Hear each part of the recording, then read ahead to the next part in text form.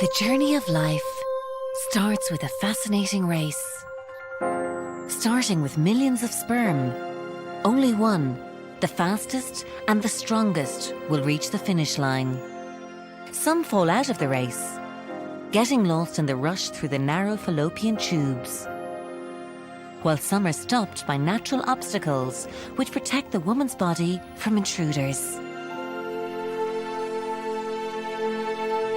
Those who make it closer to the end compete fiercely with each other.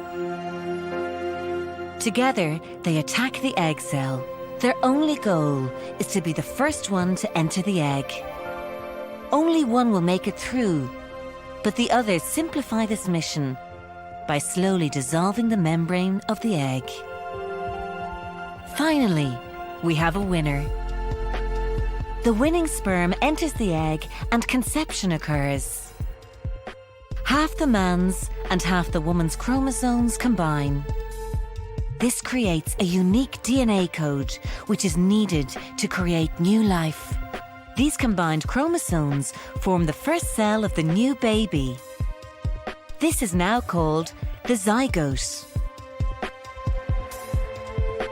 The zygote starts to divide into a cluster of cells and begins to travel to the friendly and safe habitat of the uterus.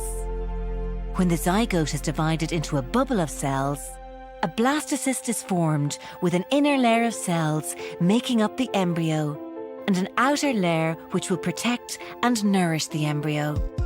The blastocyst then finds a comfortable place to stay in the uterus